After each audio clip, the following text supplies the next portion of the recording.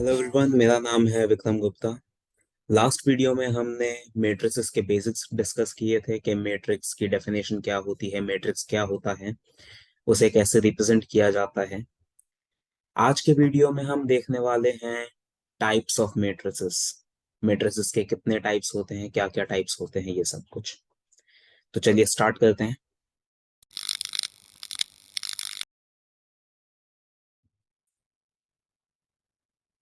Types of matrices.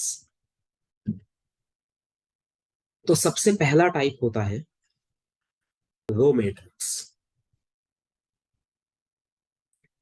Row matrix का मतलब होता है ऐसा मैट्रिक्स जिसके अंदर एक ही रो होगा।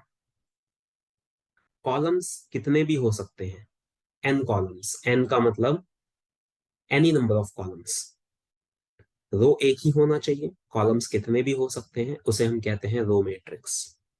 मतलब अगर मैं इसका एक एग्जांपल लिखता हूं तो एग्जांपल कुछ ऐसा होगा।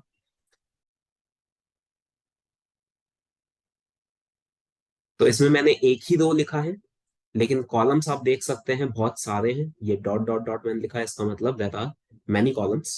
तो इस मैट्रिक्स का ऑर्डर मैं लिख सकता हूं 1 क्रॉस n, क्योंकि रो तो एक ही रहेगा लेकिन कॉलम्स कितने भी हो सकते हैं, तो इसका ऑर्डर हमेशा 1 क्रॉस n के फॉर्म में होगा। अगर 3 कॉलम्स हैं तो 1 क्रॉस 3, 5 कॉलम्स है तो 1 क्रॉस 5, इस तरह से। तो ऐसा मैट्रिक्स जिसमें एक ही रो होता है, कॉलम्स कितने भी हो सकते हैं, उसे हम रो मैट्रिक्स कहते हैं। सेकेंड टाइप होता है कॉलम मैट्रिक्स।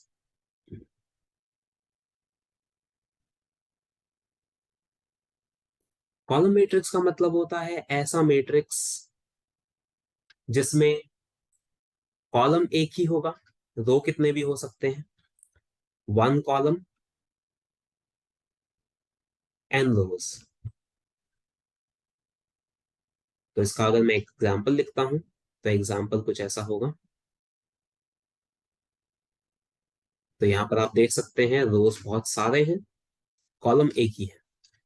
तो इस मैट्रिक्स का ऑर्डर लिखा जा सकता है n क्रॉस 1, क्योंकि इसमें n रोज हैं और एक कॉलम है।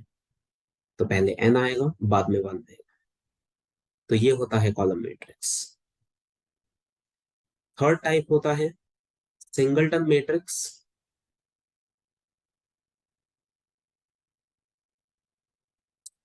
सिंगलटन मैट्रिक्स का मतलब होता है ऐसा मैट्रिक्स जिसके अंदर एक रो और एक कॉलम होता है।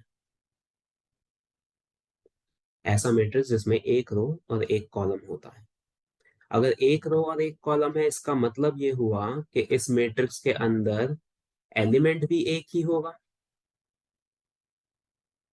इस मैट्रिक्स के अंदर एक ही एलिमेंट होगा, क्योंकि इसका ऑर्डर हो जाएगा 1 क्रॉस 1, तो एलिमेंट भी एक ही आएगा। तो इसका एग्जाम्पल कुछ ऐसा ले सकता हूँ। एलिमेंट अंदर कुछ भी हो सकता है, यहाँ पर मैंने -5 लिया है, लेकिन एलिमेंट कुछ भी हो सकता है, लेकिन एक ही एलिमेंट होना चाहिए, तो हम इसको बोलेंगे सिंगलटन मैट्रिक्स। इसका ऑर्डर 1 क्रॉस 1। ओके, ये आप नोट कर लें वीडियो को पॉज करके। अब हम नेक्स्ट टाइप पे जाते हैं। नेक्स्ट टाइप है स्क्वायर मैट्रिक्स।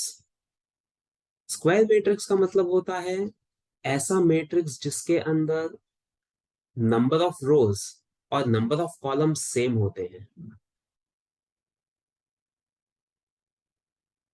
ऐसा मैट्रिक्स जिसमें नंबर ऑफ रोज और नंबर ऑफ कॉलम्स सेम होते हैं। मतलब अगर सपोज फॉर एग्जांपल किसी मैट्रिक्स में 2 रोज हैं तो 2 ही कॉलम्स होंगे, तो हम उसे स्क्वायर मैट्रिक्स बोलेंगे। मतलब इसका ऑर्डर हो जाएगा 2 क्रॉस 2। या फिर अगर 3 रोज और 3 कॉलम्स हैं तो 3 क्रॉस 3, 4 क्रॉस 4। तो ये सभी स्क्वायर मैट्रिक्स होंगे। तो अगर मैं इसका एक एग्जांपल लेता हूं, अगर मैं 2 क्रॉस 2 का मैट्रिक्स बनाऊं,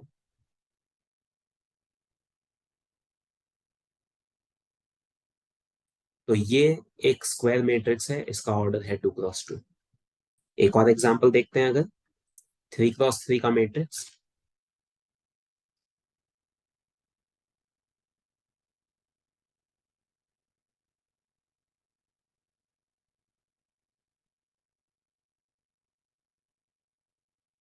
तो ये एक 3x3 का मैट्रिक्स है, तो this is also a square matrix. तो जिसमें रोज और कॉलम्स सेम होते हैं, नंबर ऑफ रोज और नंबर ऑफ कॉलम्स, उसे स्क्वायर मैट्रिक्स कहते हैं। नेक्स्ट टाइप है rectangular matrix. Next is rectangular matrix. Rectangular matrix का मतलब होता है ऐसा मैट्रिक्स जो स्क्वायर मैट्रिक्स नहीं है, उसे बोलेंगे रेक्टेंगुलर मैट्रिक्स। मतलब जिसमें number of rows is not equal to number of columns. Number of rows और नंबर ऑफ कॉलम्स जिसमें सेम नहीं होते हैं, उसे हम स्क्वायर मैट्रिक्स नहीं बोलेंगे, तो वो रेक्टेंगुलर मैट्रिक्स है। जैसे 2x3, इसमें 2 रोज हैं, 3 कॉलम्स हैं, तो ये एक रेक्टेंगुलर मैट्रिक्स हुआ। 1x5, 3x4, ये सभी रेक्टेंगुलर मैट्रिक्स है। तो जैसे हम इसका एक एग्जांपल देखें,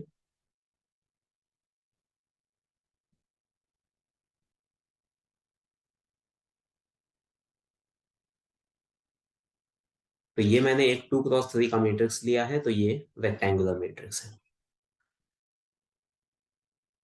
ये नोट कर लें। नेक्स्ट टाइप पे जाते हैं। नेक्स्ट टाइप है डायगोनल मैट्रिक्स। तो डायगोनल मैट्रिक्स का मतलब होता है, सबसे पहली बात, डायगोनल मैट्रिक्स सिर्फ स्क्वायर मैट्रिक्स में ही एग्जिस्ट करता है। डायगोनल मैट्रिक्स सिर्फ स्क्वायर मैट्रिक्स में ही एग्जिस्ट करेगा।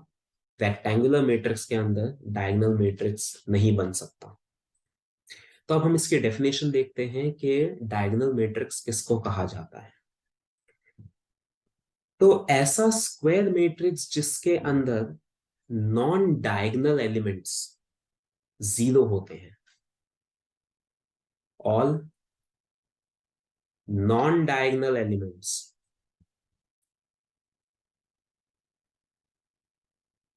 आर 0। मतलब अगर मैं इसका एक एग्जांपल बताऊं, तो ये मैंने एक स्क्वायर मैट्रिक्स लिया है, इसका ऑर्डर है 2x2। इसमें अगर आप देखेंगे तो ये वाला जो डायगोनल है, इस डायगोनल की बात हो रही है, ये वाले डायगोनल को छोड़कर बाकी सारे एलिमेंट 0 हैं, तो इसे हम एक डायगोनल मैट्रिक्स कह सकते हैं। अगर मैं एक और एग्जांपल लेकर बताऊं, तो इस मैट्रिक्स में भी आप देखें, ये 3x3 का मैट्रिक्स है, 3 रोज एंड 3 कॉलम्स। तो इसमें भी अगर आप देखेंगे तो ये वाला जो डायगोनल है, इसको छोड़कर बाकी सारे एलिमेंट्स 0 हैं, तो इसको हम डायगोनल मैट्रिक्स कह सकते हैं। तो अब आपको ऐसा लगेगा कि हम इस डायगोनल की बात क्यों कर रहे हैं, ये वाले डायगोनल की, इस डायगोनल की बात क्यों नहीं हो रही है। तो डायगोनल मैट्रिक्स की डेफिनेशन ही यही होती है कि ये वाला जो डायगोनल होता है, top left to bottom right, इस डायगोनल को कहा जाता है प्राइमरी डायगोनल। ये वाले डायगोनल को हम प्राइमरी डायगोनल कहते हैं। तो डायगोनल मैट्रिक्स की डेफिनेशन ही यही है कि प्राइमरी डायगोनल के अलावा बाकी सारे एलिमेंट 0 होने चाहिए। प्राइमरी डायगोनल के ऊपर कौन से एलिमेंट है उससे कोई फर्क नहीं पड़ता। अगर आप ऐसा कोई मैट्रिक्स ले लेंगे, अगर आपने ये एक मैट्रिक्स लिया है, इसमें ये वाला जो डायगोनल है, इसको छोड़कर बाकी सारे एलिमेंट 0 हैं, तो हम इसको डायगोनल मैट्रिक्स नहीं कह सकते, क्योंकि ये प्राइमरी डायगोनल नहीं है। जो प्राइमरी डायगोनल होता है, उसके अलावा बाकी सारे एलिमेंट 0 होने चाहिए, लेकिन ऐसा यहां पर नहीं हो रहा है, इसलिए ये एक डायगोनल मैट्रिक्स नहीं है। तो कहने का मतलब इतना है कि किसी भी स्क्वायर मैट्रिक्स के अंदर जो प्राइमरी डायगोनल होता है, उसको छोड़कर बाकी के एलिमेंट्स 0 होने चाहिए। अगर ऐसा कुछ मैं मैट्रिक्स लेता हूं, तो इसमें भी अगर आप देखें तो ये वाला जो हमारा डायगोनल है, जिसे हम प्राइमरी डायगोनल कहते हैं, उसके अलावा बाकी सारे एलिमेंट 0 हैं। डायगोनल के ऊपर कौन से एलिमेंट है उससे भी कोई फर्क नहीं पड़ता। डायगोनल के ऊपर भी कोई एलिमेंट अगर 0 है, उससे कोई फर्क नहीं पड़ता, अभी भी ये स्क्वायर मैट्रिक्स जो है, ये डायगोनल मैट्रिक्स होगा। इसको हम डायगोनल मैट्रिक्स कह सकते हैं, क्योंकि यहाँ पर जो डेफिनेशन है डायगोनल मैट्रिक्स की, वो सेटिस्फाई हो रही है। कि जो प्राइमरी डायगोनल है उसको छोड़कर सब कुछ जीरो है, प्राइमरी डायगोनल के ऊपर क्या है उससे कोई फर्क नहीं पड़ेगा। लेकिन इसमें प्राइमरी डायगोनल को छोड़कर बाकी सारे एलिमेंट जीरो नहीं है, ये दोनों एलिमेंट जीरो नहीं है, इसलिए ये वाला जो मैट्रिक्स है ये डायगोनल मैट्रिक्स नहीं है। तो ये होता है डायगोनल मैट्रिक्स। अब इसको लिखने का एक तरीका और होता है, डायगोनल मैट्रिक्स को हम ऐसे भी लिख सकते हैं, जैसे ये जो हमारा डी मैट्रिक्स है इसको हम इस तरह से लिख सकते हैं, डी मैट्रिक्स को DIAG, एंड देन ब्रैकेट के अंदर ये जो डायगोनल एलिमेंट्स हैं इसके वो हम लिख देंगे। तो ये भी इसी मैट्रिक्स को लिखने का एक तरीका है, ये दोनों मैट्रिक्स सेम ही है, इसका मीनिंग भी यही होता है। तो ये डायगोनल मैट्रिक्स लिखने का एक और तरीका है। तो हम नेक्स्ट टाइप पे जाते हैं। नेक्स्ट टाइप है स्केलर मैट्रिक्स।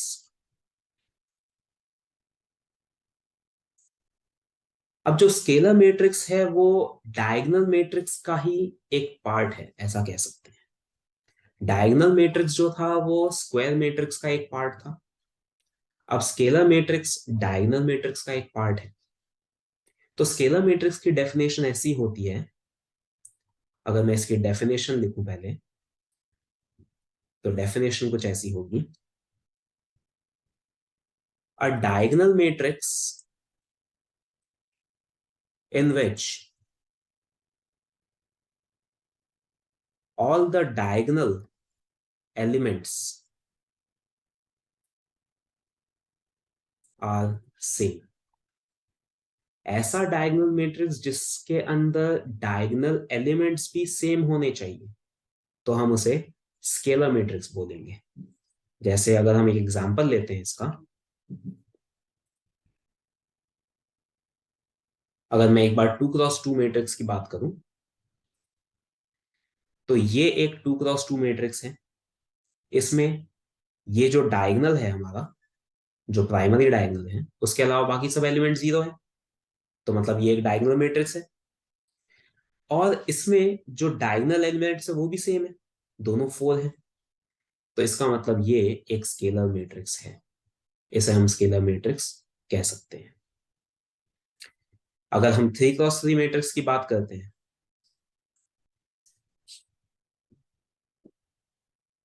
तो ये मैंने एक 3x3 मैट्रिक्स लिखा है।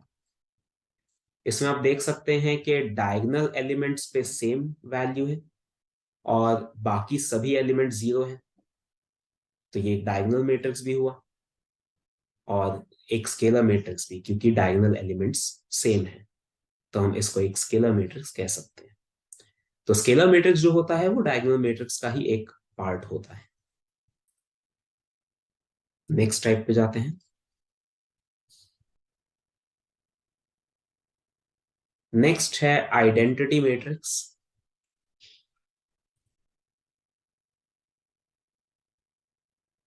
अब आइडेंटिटी मैट्रिक्स क्या होता है, ये एक बहुत इंपॉर्टेंट टाइप है। तो देखिए, अब आइडेंटिटी मैट्रिक्स स्केलर मैट्रिक्स का ही एक पार्ट है, ऐसा कह सकते हैं, ये स्केलर मैट्रिक्स पे से ही आया है। तो पहले मैं इसकी डेफिनेशन अगर बता दूं, तो डेफिनेशन ऐसी होती है, a scalar matrix in which all the diagonal elements are one। ऐसा स्केलर मैट्रिक्स जिसमें सभी डायगोनल एलिमेंट्स वन ही होने चाहिए और कोई वैल्यू भी नहीं होनी चाहिए। यहां पर डायगोनल में कोई भी एलिमेंट होगा चलेगा, बस सेम होना चाहिए, तो हम उसे स्केलर मैट्रिक्स कहते हैं। अब हम ऐसा कह रहे हैं कि अगर डायगोनल पे भी सिर्फ वन होगा और बाकी सब कुछ जीरो होगा, तो उसे आइडेंटिटी मैट्रिक्स कहा जाएगा। मतलब अगर हम 2x2 मैट्रिक्स की बात करते हैं, तो कुछ ऐसा होना चाहिए, डायगोनल पे वन, बाकी सब जीरो। 3x3 मैट्रिक्स की बात करें तो ऐसा होगा। तो ये होता है आइडेंटिटी मैट्रिक्स। अब आइडेंटिटी मैट्रिक्स अगर देखा जाए तो 2x2 मैट्रिक्स में ये एक ही बनाया जा सकता है, और कोई मैट्रिक्स तो बनेगा नहीं आइडेंटिटी मैट्रिक्स जिसमें डायगोनल पे 1 होगा बाकी सब 0 होंगे, ऐसा ये एक ही बन सकता है। 3x3 में भी ये एक ही बनेगा और कोई नहीं बन सकता। इसका मतलब मैं ऐसा कह सकता हूं कि आइडेंटिटी मैट्रिक्स हर ऑर्डर के अंदर यूनिक होता है, एक ही बन सकता है। तो इस वजह से आइडेंटिटी मैट्रिक्स को हमने एक स्पेशल सिंबल दिया है, हम उसे सिर्फ आई से डिनोट कर सकते हैं और किसी लेटर से नहीं। जैसे हम बाकी सभी मैट्रिक्स को किसी भी लेटर से, कैपिटल लेटर से डिनोट कर रहे थे, A B C D any letter, लेकिन हम आइडेंटिटी मैट्रिक्स को सिर्फ आई से ही डिनोट करेंगे और किसी लेटर से नहीं। तो ये जो 2x2 का आइडेंटिटी मैट्रिक्स है इसको हम लिख सकते हैं आई और सबस्क्रिप्ट में 2 लिखेंगे। ये 2 का मतलब है इसका ऑर्डर 2x2 है। ये जो 3x3 का आइडेंटिटी मैट्रिक्स है इसको हम कैपिटल आई और सबस्क्रिप्ट में 3 लिखेंगे, मतलब इसका ऑर्डर 3x3 है। तो इस तरह से हम आइडेंटिटी मैट्रिक्स को रिप्रेजेंट करते हैं आई से। अब इसकी एक इंपॉर्टेंट प्रॉपर्टी ये होती है, आइडेंटिटी मैट्रिक्स की एक इंपॉर्टेंट प्रॉपर्टी है, जैसे हम नॉर्मल अलजेब्रा की, नॉर्मल मैथ्स की बात करें, नंबर्स की बात करें, अगर किसी भी नंबर में जब 1 मल्टीप्लाई करते हैं हम, जैसे अगर हम 2 में 1 मल्टीप्लाई करते हैं तो वो 2 ही आता है, सेम नंबर रहता है। 5 में 1 मल्टीप्लाई करते हैं तो 5 ही रहता है। किसी भी नंबर को 1 से मल्टीप्लाई करने पर वो नंबर चेंज नहीं होता। बस वैसा ही मैट्रिक्स में अगर हम किसी भी मैट्रिक्स को आइडेंटिटी मैट्रिक्स से मल्टीप्लाई करते हैं तो वो मैट्रिक्स सेम ही रहता है। ये इसकी एक प्रॉपर्टी है। कोई भी मैट्रिक्स जब आई से मल्टीप्लाई किया जाएगा तो वो मैट्रिक्स सेम रहेगा। कैसे मल्टीप्लाई होगा वो हम आगे सीखेंगे। अभी हम वो नहीं देख रहे हैं कि दो मैट्रिक्स कैसे मल्टीप्लाई करने हैं, वो हम बाद में देखेंगे। अभी मैं सिर्फ इसकी एक प्रॉपर्टी बता रहा हूं कि अगर किसी भी मैट्रिक्स में आप आई मल्टीप्लाई करते हैं, आइडेंटिटी मैट्रिक्स मल्टीप्लाई करते हैं, तो उससे वो मैट्रिक्स चेंज नहीं होता, ये मैट्रिक्स सेम ही रह जाएगा। So any matrix multiplied bye identity matrix remains same. तो ये इसकी एक प्रॉपर्टी होती है जो कि बहुत इंपॉर्टेंट प्रॉपर्टी है, इसका बहुत यूज आएगा आगे, तो ये आप लोग याद रखें। तो अब हम नेक्स्ट टाइप पे जाते हैं। नेक्स्ट टाइप है नल मैट्रिक्स। इसको हम जीरो मैट्रिक्स भी कहते हैं, मीनिंग सेम ही है दोनों का। नल मैट्रिक्स का मतलब होता है ऐसा मैट्रिक्स जिसके अंदर सारे एलिमेंट्स जीरो होने चाहिए, ऑल एलिमेंट्स आर जीरो। फिर चाहे वो स्क्वायर मैट्रिक्स हो या रेक्टेंगुलर मैट्रिक्स हो, उससे फर्क नहीं पड़ता। अभी तक हमने स्क्वायर मैट्रिक्स के कई सारे टाइप्स देखे। जैसे हमने देखा कि स्क्वायर मैट्रिक्स से डायगोनल मैट्रिक्स आता है, डायगोनल मैट्रिक्स से स्केलर मैट्रिक्स आता है, स्केलर मैट्रिक्स से आइडेंटिटी मैट्रिक्स आता है। तो वो सभी एक स्क्वायर मैट्रिक्स के अंदर ही एग्जिस्ट करते हैं, डायगोनल मैट्रिक्स, स्केलर मैट्रिक्स और आइडेंटिटी मैट्रिक्स। लेकिन नल मैट्रिक्स में ऐसा नहीं होता, ये स्क्वायर और रेक्टेंगुलर दोनों ही मैट्रिक्स में एग्जिस्ट कर सकता है। इसकी सिर्फ एक ही कंडीशन है कि सारे एलिमेंट जीरो होने चाहिए, तो हम उसे नल मैट्रिक्स कहते हैं। तो जैसे मैं अगर इसका एग्जाम्पल लिखूं तो एग्जाम्पल कुछ ऐसा होगा। ये मैंने एक 2x3 का रेक्टेंगुलर मैट्रिक्स लिया है जिसके अंदर सारे एलिमेंट जीरो हैं, तो इसको हम नल मैट्रिक्स कह सकते हैं। अब नल मैट्रिक्स के लिए भी एक स्पेशल लेटर अलॉट किया गया है, इसको हम कैपिटल ओ से डिनोट करते हैं। ये ध्यान दें कि ये मैंने जीरो नहीं लिखा है, दिस इज ओ। ये एलिमेंट्स जो हैं वो जीरो हैं अंदर, और इसको हम डिनोट कर रहे हैं कैपिटल ओ से। तो नल मैट्रिक्स को कैपिटल ओ से डिनोट किया जाता है। अब इसकी एक प्रॉपर्टी ये होती है, जैसे नंबर्स में क्या होता है, हम किसी भी नंबर को जीरो से मल्टीप्लाई करते हैं तो आंसर जीरो आता है। Any number multiplied by zero, उससे हमें जीरो मिलता है। बस वैसे ही मैट्रिसेस में किसी भी मैट्रिक्स को अगर हम नल मैट्रिक्स से मल्टीप्लाई करते हैं तो उससे हमें नल मैट्रिक्स मिलता है। अगर हम किसी भी मैट्रिक्स को, ए मैट्रिक्स को ओ से मल्टीप्लाई करेंगे तो उससे हमें ओ मिलेगा। कैसे मल्टीप्लाई होगा वो हम बाद में सीखेंगे, लेकिन अभी सिर्फ इसकी एक प्रॉपर्टी बताई है, any matrix multiplied by null matrix gives null matrix. Okay, और एक और टाइप हम देखते हैं, ये नोट कर लें। नेक्स्ट टाइप पे हम जाते हैं। ये हमारा लास्ट टाइप है मैट्रिसेस का। इसको हम कहते हैं ट्राइंगुलर मैट्रिक्स।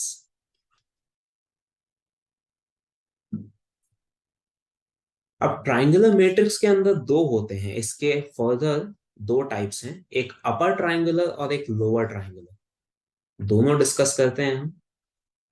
तो देखें इन दोनों में क्या फर्क है। ये भी सिर्फ स्क्वायर मैट्रिक्स में ही एग्जिस्ट करेगा, रेक्टेंगुलर में नहीं होगा। अपर ट्राइंगुलर मैट्रिक्स का मतलब होता है ऐसा स्क्वायर मैट्रिक्स जिसमें जो डायगोनल है, एक स्क्वायर मैट्रिक्स पहले मैं लिख देता हूं, 3x3 का स्क्वायर मैट्रिक्स।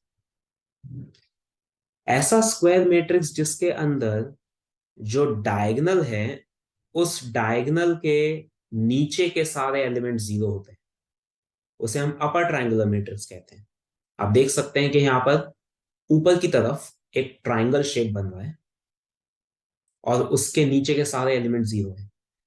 ये जो ट्राइंगल बन रहा है उसके अंदर कोई एलिमेंट जीरो होगा तो भी चलेगा, उससे कोई फर्क नहीं पड़ता।